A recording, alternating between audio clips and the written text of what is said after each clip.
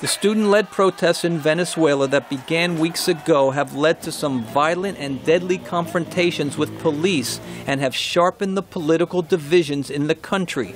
All Venezuelans are frustrated with near hyperinflation rates, chronic shortages of basic goods, and violent crime. But Eric Olson, a Latin America analyst with the Woodrow Wilson Center, says they are divided over who to blame. People who are protesting are trying to hold the government accountable for this, pointing the finger at mismanagement or policy problems on the part of the government. The government itself is blaming, agitators. It's blamed the United States. Olson says President Maduro's recent expulsion of 3 U.S. diplomats for allegedly helping the student protests bolsters his popularity among his supporters.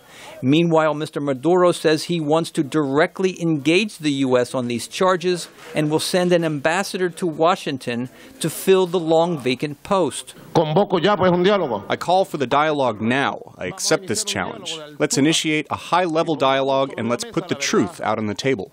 For its part, the United States has denied any involvement in the Venezuelan protests and has reciprocated by expelling 3 Venezuelan diplomats. White House Press Secretary Jay Carney. When President Maduro calls for a dialogue with the U.S. president and an exchange of ambassadors, he should focus instead on a dialogue with the Venezuelan people.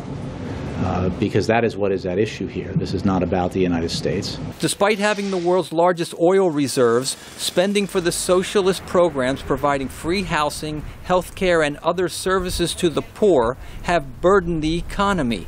Olson says Venezuela has to find a way to live within its means while preserving these popular programs. The question is, can you continue those kinds of programs but have a better and more reformed economic policy that doesn't create such a crisis?